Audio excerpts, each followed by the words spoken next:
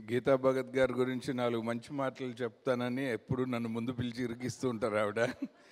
ఎందుకంటే ఆవిడకి పొరపాటున ఎప్పుడో ఒక ఈవెంట్లో నేను మీకు పెద్ద ఫ్యాన్ అండి, మీ తెలుగు ఫ్లో చాలా బాగుంటుందని చెప్పాను. ఇది చాలా అన్యాయం. మీరు అస్సలు బాగా చేయరు యాంకరింగ్ ఈసారి నుంచి. అసలు తెలుగు రాదు. ఓకే, ఇదే రాస్తారు. అప్పుడు పొగిడింది ఎవరు రాయరు నాకు తెలిసి. ఒక ఫంక్షన్కి ఒక సెన్సేషనల్ న్యూస్ లేకపోతే ఈ మధ్య బోర్ కొడుతుంది. సో ఈ ఫంక్షన్కి ఇదే thumbnail. So first of all వచ్చిన వాళ్ళందరికీ వెల్కమ్.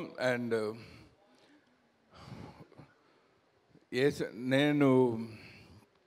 నేను దర్శకత్వం చేసిన సినిమాలకు, నేను ప్రొడక్షన్లో పార్ట్నర్గా ఉన్న సినిమాలకో కాకుండా మిగిలిన ఏ సినిమాలకైనా నేను అతిథిని అవుతాను. కానీ ఒక్క పీపుల్ మీడియా ఫ్యాక్టరీకి మాత్రం నేను స్వచ్ఛందంగా వాలంటీర్ని అవుతాను. బికాజ్ ఇది ఒక హోమ్ ప్రొడక్షన్ లాంటిది నాకు. థ్యాంక్స్ టు విశ్వప్రసాద్ గారు.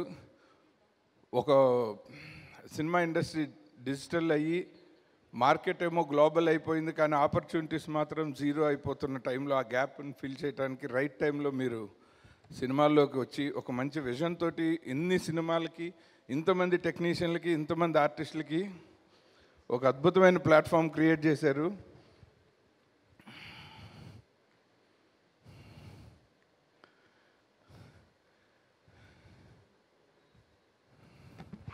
కంటిన్యూ చేసేద్దాం. గుడ్ ఈవినింగ్ వందన గారు. సో అయితే నిర్మాతలు మనకి అప్పటిదాకా బేసిక్గా నేను ఇప్పుడు కొంచెం ఎక్కువసేపు మాట్లాడే అవకాశం ఇచ్చారు. ఎందుకంటే అందరూ వచ్చేలోపు మాట్లాడమని నన్ను పిలిచారని అర్థమైంది. కాబట్టి నేను చాలా మాట్లాడేస్తాను. ఎడిట్లో ఏది ఉంచుకుంటే అది ఉంచుకోవచ్చు, పనికి వస్తే ఏదన్నా చేసుకోవచ్చు. అయితే ఆ టైం ఉంది కదా. దీనికంటే నాకు ఇంకా శ్రీలీల గారి పాటలు వన్స్ మోర్ అని అడుగుదాం అనుకుంటున్నాను ఇందాక నుంచి. నేను రవితేజ గారి వాళ్ళు వచ్చే వరకు అది ఇంకా బాగుంటుండే. సరే, కానీ పిలిచాక తప్పదు. అయితే మనకి రెగ్యులర్గా నిర్మాతలు మనం చూసాము. ఒకటి మనకు అప్పచెప్పేసి వాళ్ళు దీన్ని ఒక రియల్ ఎస్టేట్లో డబ్బులు పెట్టినట్టు, లేకపోతే వేరే ఏదో ఒక ఫీల్డ్లో మనం ఇన్వెస్ట్ చేసినట్టు.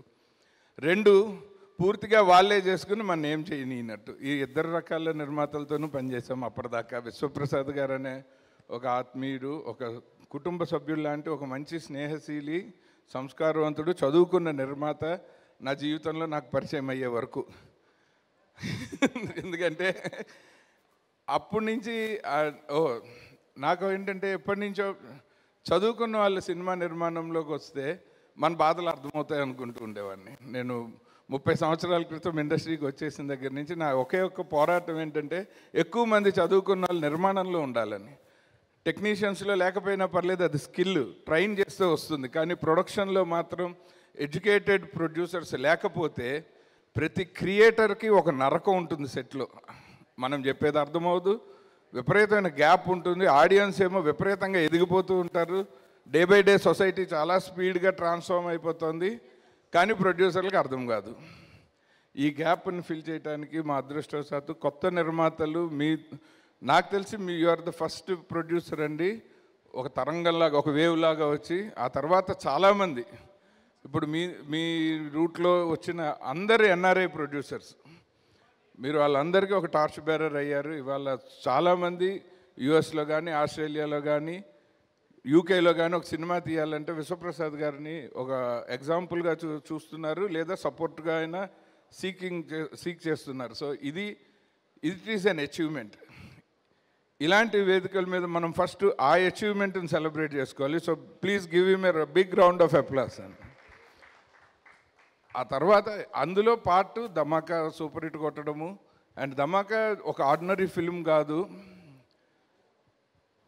రవితేజ గారి ఎనర్జీకి, ఆయన జనరల్గా ఒక లెవెల్కి వచ్చిన తర్వాత పెద్ద హీరోలకి మొనాటనీ వచ్చేసి వాళ్ళు ఎక్స్పెరిమెంట్ చేయడం మొదలు పెడతారు, కానీ ఆడియన్స్ మాత్రం వాళ్ళని అలా చూడటానికి ఇష్టపడరు. అలాంటి టైంలో ఎగ్జాక్ట్గా రవితేజ గారిని ఆయన ఫ్యాన్స్ ఎలా చూడాలనుకున్నారో ఖచ్చితంగా ధమాకా టైలర్ మేడ్ లాగా కొట్టింది. దాంతో 100 కోట్లు కొట్టింది. అండ్ ఎక్సలెంట్గా పెర్ఫామ్ చేసిన నక్కిన త్రినాథరావు గారు, మన డిఓపి కార్తీక్ ఘట్టంనేని, అలాగే editor, main music director Bheems and Mangli గారు. ఫస్ట్ పాట మీదే వైరల్ అయింది మేడం. అక్కడి నుంచి స్టార్ట్ అయింది ధమాకా సెలబ్రేషన్స్. ధూమ్ధామ్తో మొదలుపెట్టారు మీరు ఆ రాజగో పాటతోటి. And all the cast and crew. Aadi గారు యంగ్ బ్రహ్మానందం అనిపించారు సార్ ఆ సినిమాలో. మీరు రావు రమేష్ గారు పక్కన మీరు ఇచ్చిన రియాక్షన్స్ అండ్ బిగినింగ్ డేస్లో మేము కూలీ నెంబర్ 1 ఇలాంటివన్నీ చూస్తున్నప్పుడు బ్రహ్మానందం గారిని ఎట్లా చూస్తూ వచ్చామో మీరు అది కరెక్ట్గా ఫిల్ చేశారు. అండ్ మీకు తెలుసు ఆల్రెడీ మీ గురించి మేము ఎంత పొగుడుకుంటాం.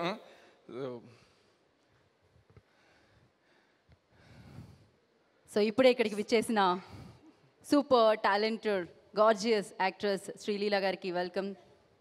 ఆవిడ లీల మనం చూస్తూనే ఉన్నాం అనమాట. అందరి మీద ఆ లీల చేశారు ఆవిడ, అందుకే సూపర్ సక్సెస్ అందుకుంటున్నారు. యా, విఎన్ ఆదిత్య గారిని మాట్లాడాల్సిందిగా కోరుకుంటాం. మధ్యలో మేము చాలా బ్రేక్స్ వేస్తున్నాం. మేము రావాల్సిన గెస్ట్లు వచ్చారు అనుకున్నాను నేను. ఓకే, బట్ యాక్చువల్లీ శ్రీలీల గారు రాకుండానే చెప్పేస్తుంటే బాగుండేది. హలో అండి, good evening, good to see you here and congratulations. ఈ సినిమా షూటింగ్ అప్పుడు ఒకసారి రవితేజ గారు, శ్రీలీల గారు అందరూ పీపుల్ మీడియా ఆఫీస్లో ఉండగా, జనరల్గా రవితేజ గారి సినిమాలన్నీ రవితేజ గారి కోసం చూస్తాం, బట్ ఈ సినిమా మాత్రం శ్రీలీల గారి కోసం ఫస్ట్ టైం చూస్తామని చెప్పానండి. ఎందుకంటే అప్పటికే పెళ్లి సందడితోటి ఆవిడ మొత్తం ఒక టీనేజ్ హార్ట్ థ్రోబ్ అయిపోయారు యంగ్స్టర్స్ అందరికీ. అండ్ ఎక్సలెంట్ పెర్ఫార్మర్ కూడా. గ్లామరస్గా ఉన్న హీరోయిన్ల నుంచి జనరల్గా పెర్ఫార్మెన్స్ ఎక్స్పెక్ట్ చేయలేని ఇండస్ట్రీలో ఆవిడ రెండింటిని కలిపి బ్యాలెన్స్ చేశారు. అండ్ డాన్సింగ్ ప్రోవెస్ మాత్రం అద్భుతం మేడం మీది. సో చాలా ఆ డాన్స్ తోటి, ఆకట్టుకునే లుక్స్ తోటి, పెర్ఫార్మెన్స్ తోటి ఆవిడ నిజంగానే పేరుకి తగినట్టు ప్రొడ్యూసర్ల పాలిట లక్ష్మీదేవి అయిపోయారు. సో అండ్ మొన్న కంగ్రాచులేషన్స్ నాట్ ఓన్లీ ఫర్ ధమాకా శ్రీలీల గారు, for Bhagavanth kesari also.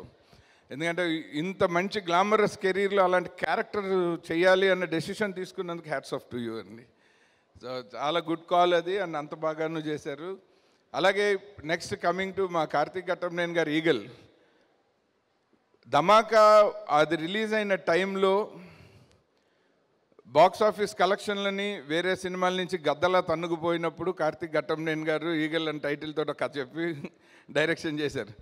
So ఇప్పుడు ఇది 2 బాక్స్ ఆఫీసుల కలెక్షన్లను తన్నుకుపోవాలి సార్, ఆ రెస్పాన్సిబిలిటీ మీ మీద ఉంది. Expecting 200 crores celebration event from eagle అండి. ఆల్రెడీ మీరు ట్రైలర్ తోటి ఒక మంచి హైప్ ఇచ్చారు. 5 daysలో ఆల్మోస్ట్ 7.8 million అంటే అది నాట్ ఎ ఆర్డినరీ అచీవ్మెంట్. డెఫినెట్గా it is an occasion to be celebrated. And I wish you and all your team members all the very best అండి. ఎందుకంటే you are such an young talent, మీకు and long way to go. ఇది మీకు People Media Factory and has given a fantastic platform to prove. And మీరు next coming Mirai కానీ మీరు చేస్తున్న all your endeavours I wish you all the very best. ఎందుకంటే మీరు design చాలా బాగుంటుంది, ప్రొడక్షన్ కానీ మీరు ప్లానింగ్ కానీ. సో నేను దగ్గరుండి చూశాను కాబట్టి. అండ్ మీరు సినిమాలు ఎక్కువ చేస్తే నాకు కూడా ఒక ఇష్టం ఏంటంటే మీరు షెడ్యూల్ గ్యాప్లో క్రికెట్ ఆడతారు, దానికి మర్చిపోకుండా మమ్మల్ని అందరినీ పిలుస్తారు. సో వీఆర్ ఆల్ ఫ్యాన్స్ మీ అదర్ సైడ్ ఆ యాటిట్యూడ్కి కూడా. సో చాలా విశేషాలు చెప్పేసాను కార్తిక్ గారి గురించి. మీరు ఎప్పుడు ఆపేయమంటే అప్పుడు ఆపేస్తాను. మీకు నెక్స్ట్ గెస్ట్ రెడీ అయ్యారని చెప్పేసి ఆపేస్తాను నేను. హైపరాది గారిని పిలిచేసి. సో హైపరాది గారు ఆయన రవితేజ గారు వచ్చాక మాట్లాడాలని నేను కోరుకుంటున్నాను ఆవిడకి. అందుకనే మేము కొంచెం హోల్డ్లో పెట్టామండి ఆయన్ని, కాల్ హోల్డ్లో పెట్టినట్టు. సో కొంచెం సేపు ఆది గారి పంచెస్ మనం విందాం ఇంకాసేపట్లో. ఒకే ఇయర్లో I keep it short and conclude. ఒకే సంవత్సరంలో ఒక సక్సెస్ చూడటమే ఒక నిర్మాతకి చాలా కష్టము. Back to back Karthikeya 2, Dhamaka and coming up ఇప్పుడు మళ్ళీ ఈగల్ తోటి ఈ సంవత్సరానికి. సో పీపుల్ మీడియా ఫ్యాక్టరీ ఈ లెవెల్లో కమింగ్ ఇయర్స్లో కూడా ఈ స్ట్రింజ్ ఆఫ్ సక్సెస్ ఎక్కడా తగ్గకుండా ఇంకా మోర్ ప్లానింగ్ తోటి వస్తున్నారు విశ్వ గారు. సో అది అలాగే కంటిన్యూ చేసి ఇంకా బ్లాక్ బస్టర్ హిట్లు కొట్టి ఈ ఇండస్ట్రీకి అండ్ అలాగే పీపుల్ మీడియా ఫ్యాక్టరీకి రెండిటికి విన్ అవ్వాలని మనస్ఫూర్తిగా కోరుకున్నాను. థ్యాంక్ యూ సో మచ్ గీత గారు. ఇందాకే చెప్పింది తూచు, మీరు చాలా మంచి యాంకరు, మీ తెలుగు ఫ్లో చాలా బాగుంటుంది. సో వాళ్ళు అదే వేసుకుంటారులేండి, ఇది అయ్యారు ఎలాగో. సో ఇది ఎడిటింగ్లో తీసేస్తారు వాళ్ళు. థ్యాంక్ యూ విఎన్ ఆదిత్య గారు, థ్యాంక్ యూ సో మచ్.